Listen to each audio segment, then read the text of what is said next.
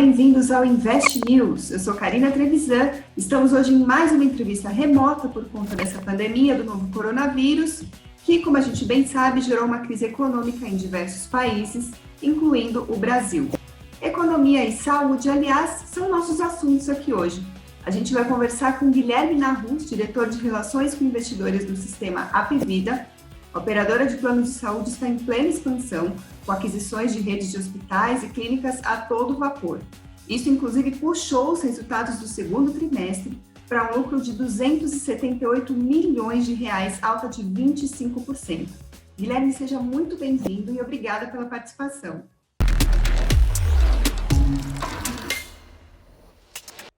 Obrigado, Karina. Obrigado pelo convite da Invest News. Imagina. Bom, vamos começar então falando sobre dos números da Bolsa. O sistema Apvida estreou na B3 em 2018 e desde então a ação acumula alta de mais de 170%. Uma comparação aí, o Ibovespa no mesmo período é de 15%. Já no acumulado desse ano, cai pouco mais de 1% contra a queda de 15% do Ibovespa. Esses números são da Economática, levam em conta o fechamento até a semana terminada em 18 de setembro. Bom, Guilherme, o que você me diz sobre esses números? O que eles podem falar sobre a confiança do investidor? A performance das ações, ela normalmente reflete o que está acontecendo na vida real, né, na ponta de negócios, como você já sabe. Nem sempre representa, mas quase sempre representa. Né? No caso do Apvida, a gente foi a mercado em 2018 com o IPO, com um plano de negócios, né? O famoso Use of Proceeds, né? A destinação dos recursos, muito bem definida, e a companhia vem executando esse plano, vem entregando o que ela prometeu fazer com esses recursos. O IPO foi majoritariamente primário, né? Então os recursos vindo para o caixa da companhia, e boa parte desses recursos foi direcionado para a expansão da companhia, para outras regiões. A companhia era uma companhia que tinha suas operações concentradas em algumas regiões do país, notadamente Norte e Nordeste, e o plano de negócios com os recursos do IPO era de expandir para outras regiões, e a gente fez isso com muito sucesso. Estamos agora em todas as 5 regiões do país, e até mesmo a gente fez uma transação relevante no ano passado, que fez a gente voltar ao mercado para buscar mais recursos, para continuar executando esse plano de investimentos. Então, acho que você prometer, né, o que você vai fazer com o recurso do investidor e realizar essas entregas reflete numa boa performance das ações, quando você compara com o Ibovespa, então fica melhor ainda. Como eu disse na introdução, essas expansões, inclusive, vêm puxando os resultados, né? A gente viu os números do segundo trimestre. Eu queria saber qual que é o espaço que você vê que ainda existe para continuar essa expansão. A gente vive um momento bastante particular agora, especialmente para investimentos, mas vocês são justamente da área da saúde. Então, eu gostaria que você comentasse um pouco sobre as perspectivas para a continuidade dessa expansão. Claro. O último balanço publicado do segundo trimestre de 2020, a gente mostrou uma posição de caixa livre de pouco mais de 3 bilhões de reais. Ou seja, a gente expandiu para o Sudeste, expandiu para o Centro-Oeste, nossa operação do Sul do país também está indo muito bem, e a gente ainda tinha mais de 3 bilhões de reais de caixa livre disponíveis para investimentos da companhia. Boa parte desse capital vai ser eventualmente empregado, investido em aquisições. Né? Tem algumas aquisições que já foram anunciadas nos últimos 6 meses. A gente deu uma pausa de 60 dias, logo no início da pandemia, para entender o que iria acontecer, mas rapidamente retomou os nossos anúncios, as nossas transações, e a gente anunciou aí várias transações. Então, parte desse 3,4 bi que a gente terminou o segundo trimestre, já está comprometido com algumas transações já anunciadas, mas ainda tem uma parte relevante que a gente vai continuar empregando. Então, por um lado, tem o recurso financeiro na companhia, recurso humano, né? A gente está preparado do ponto de vista de pessoas, estruturas, para poder dar seguimento a essas aquisições, porque não é só comprar, né? Depois você tem que integrar, implantar sistemas, é um trabalho grande, né, de integração. Mas a gente está preparado pessoas, a gente tem os recursos, e aí a terceira ponta, a gente também tem muita disponibilidade, que são ativos disponíveis à venda, né? A gente está vivendo uma fase do setor de saúde suplementar de consolidação. As pequenas empresas têm muita dificuldade, faltam exatamente o que eu estava falando aqui, né? Recursos humanos, recursos financeiros para operar num ambiente que se tornou complexo, né? Com exigências de capital cada vez mais altas, um ambiente regulatório também bastante robusto, né? Que protege o consumidor. Isso demanda bastante das operadoras. Então, as operadoras pequenas normalmente têm dificuldade para sobreviver a esse cenário que se formou aí ao longo dos últimos anos. Então, a gente vê um mercado que provavelmente vai continuar se consolidando. A gente cerca de 2.000 operadoras há 10, 15 anos atrás, e a gente tem hoje 700 operadoras. Então, já caiu para mais da metade o número de operadoras, mas 700 operadoras ainda é um número muito grande. Então, a gente acha que esse número vai continuar diminuindo e os players mais sólidos, né, as operadoras mais sólidas, vão continuar ganhando participação de mercado. E se você olhar o histórico do Apvida, a gente performa, né, desempenha melhor do que dos nossos grandes pares, os grandes players, e nos últimos vários anos, né? Então, a gente tem um histórico de performance muito forte, tanto no crescimento orgânico, né, que é de vendas novas, né, de entrada em novas regiões, quanto do inorgânico, que é o via aquisições. Então, isso deve continuar. A gente tem a ponta vendedora, tem vários targets, né, à venda. A gente tem o recurso humano e tem o recurso financeiro. Então, o que você pode esperar da Apvida é que a gente vai continuar executando esse plano de consolidação. Aproveitando que a gente está falando ainda de aquisições, Guilherme, eu gostaria de destacar uma recente que foi a do Grupo São José, aqui no interior de São Paulo, uma região bastante importante, inclusive, do interior de São Paulo.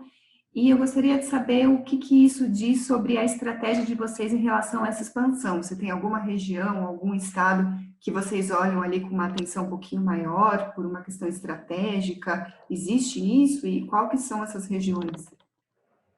Tá. Bom, a gente já está presente, como eu falei agora há pouco, a gente está presente em várias regiões do país, né? Em todas as regiões do país, em vários estados, em quase todos os estados, já são 20 estados que a gente está presente.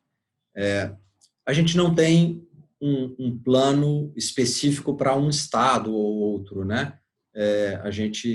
Quando a gente olha especificamente para a M&A, a gente tem uma série de fatores, né, de indicadores, de variáveis que a gente analisa antes da gente entrar numa determinada região. Então, tem um checklist da área de fusões e aquisições que eles seguem e priorizam, né? Obviamente, vai olhar as regiões que são mais atraentes de acordo com essas variáveis. Quais são essas variáveis? Tamanho, né, da região, tamanho da população, o tamanho da população já assegurada, né, que já tem planos, a existência ou não de grandes players, né? Então, tem regiões mais competitivas do país, tem regiões menos competitivas. Então, onde tem menos competição, faz mais sentido a gente priorizar para entrar agora, né? Para entrar nesse momento. E aí a gente vai descendo depois na nossa lista de targets. Então, a gente tem mapeado o Brasil inteiro. A gente priorizou algumas regiões específicas. São José dos Campos se encaixou, né, nesses requisitos nossos, né, de não tem um player dominante, a competição é um mercado ainda pulverizado, uma praça rica, né, com uma população grande, renda per capita alta, com todas as condições favoráveis para a gente entrar e principalmente implantar o nosso modelo de negócio Apvida. Prioriza uma carteira de beneficiários naquela região e a estrutura, né, de prestação de serviços médicos hospitalares também naquela região, né? Então a gente gosta de entrar nas regiões onde a gente consegue ter uma quantidade grande de clientes e a gente consegue ter a nossa estrutura assistencial, que a gente chama, de hospitais, clínicas, laboratórios, prontos atendimentos, que a gente consiga fazer a prestação de serviço também, né? Então, o Grupo São José, lá em São José dos Campos, a gente achou essas condições, né, bastante favoráveis. Esse é um exemplo que a gente mais gosta de fazer, porque tem um tipo de aquisição, né, que a gente mais gosta de fazer, porque você já compra a operadora com vidas, né, um portfólio de beneficiários, e compra a infraestrutura também. A gente vai, obviamente, readequar a estrutura aos padrões Apvida, às vezes precisa fazer algumas ampliações, outras estruturas que às vezes não estão presentes, pronto atendimento, por exemplo, se não está presente, a gente vai e constrói. A gente faz tudo para ter toda a estrutura física disponível para os nossos beneficiários daquela região, né? Então, as nossas estruturas, elas são dimensionadas para a nossa carteira de clientes daquela região. O Grupo São José foi um exemplo de entrada interessante numa região interessante. Agora, obviamente, a gente não pode falar o que tem no nosso pipeline, mas a gente pode garantir que tem várias outras regiões parecidas com essa, com as mesmas características. Incluindo outras em São Paulo? Incluindo regiões do país inteiro. Então, a gente anunciou, logo depois do Grupo São José, a gente anunciou outras aquisições um pouco menores, mas 2 semanas atrás a gente anunciou uma outra aquisição relevante para a companhia, maior até em termos de infraestrutura e de beneficiários do que a própria aquisição do Grupo São José. Então, que foi na nossa entrada em Belo Horizonte. Então, tem várias outras regiões no país inteiro, muitas oportunidades. Bom, Guilherme, mudando um pouco de assunto agora, falando sobre a pandemia, eu gostaria de conversar um pouco com você sobre os impactos da pandemia sobre as operações. A gente viu que a recuperação começou em maio, né, falando um pouco sobre os atendimentos seletivos, que naturalmente caíram durante a pandemia, e no final do segundo trimestre, a divulgação era que já estava perto de 90% dos níveis históricos. Que patamar que está agora? Você pode adiantar para a gente algum número mais atualizado que esse? E quais foram os impactos e as perspectivas de recuperação? Tá.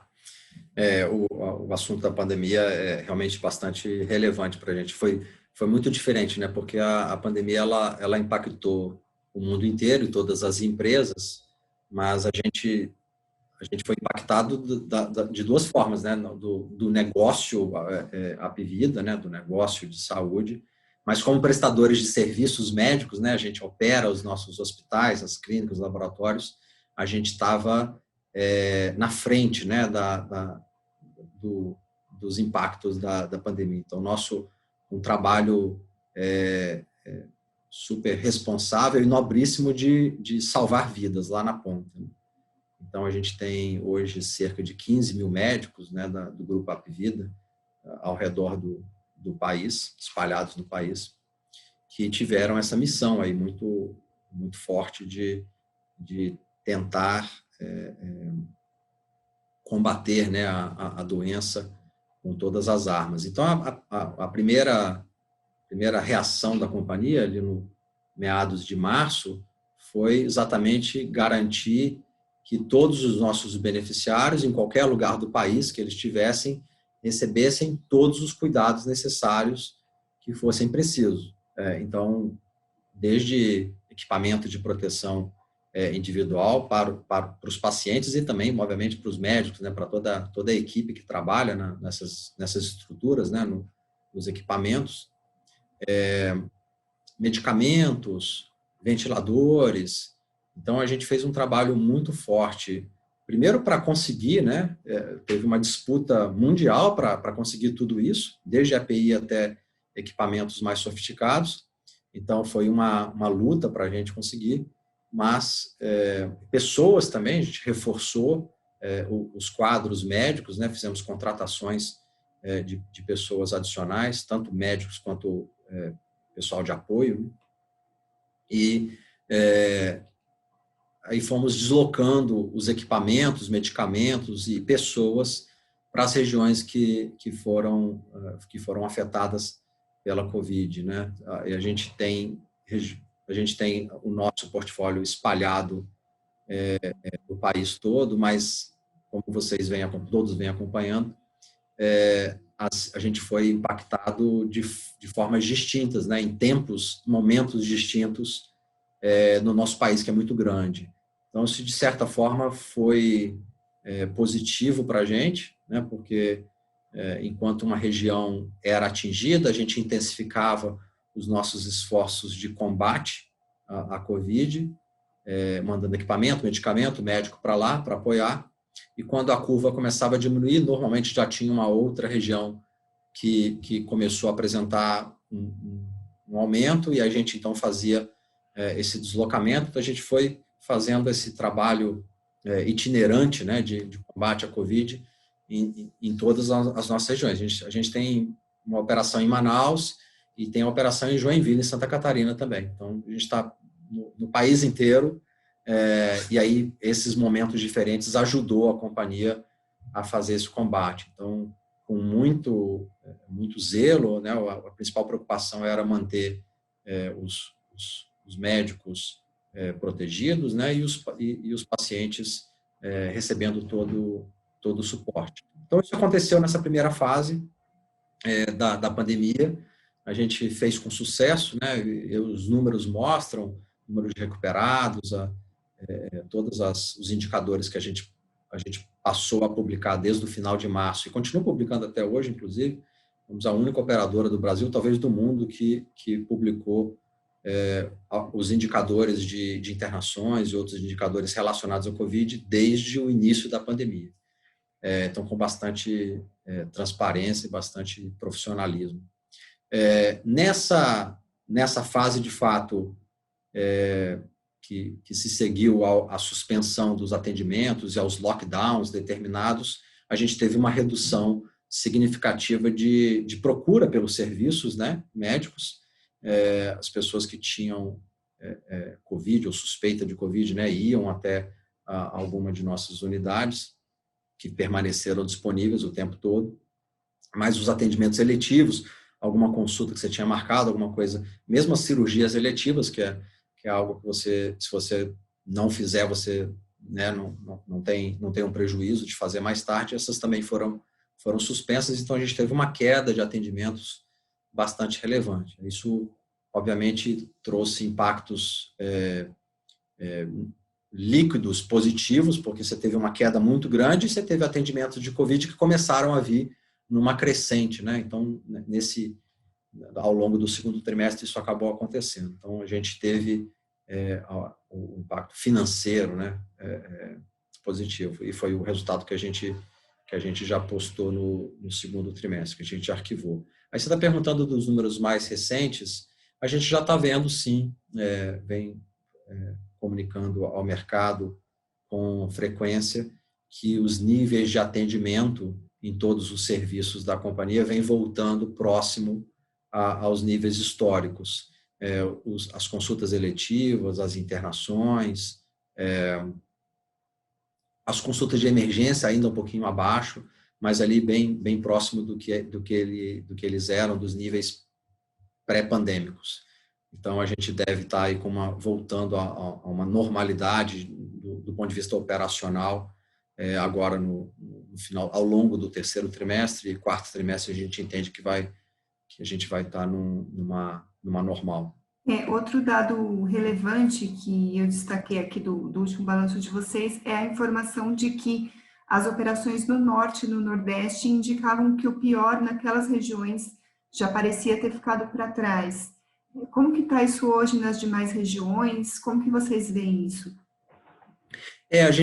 Esses boletins que a gente solta diariamente, a gente já consegue perceber, por exemplo, do número de internações que a gente teve relacionadas à Covid lá atrás, né, no pico da pandemia, que foi ali meados de maio, né, para o sistema como um todo, como eu falei, bem diferentes. Manaus foi início de abril, Ceará e Pernambuco no meio de maio, e outras operações mais tarde, inclusive.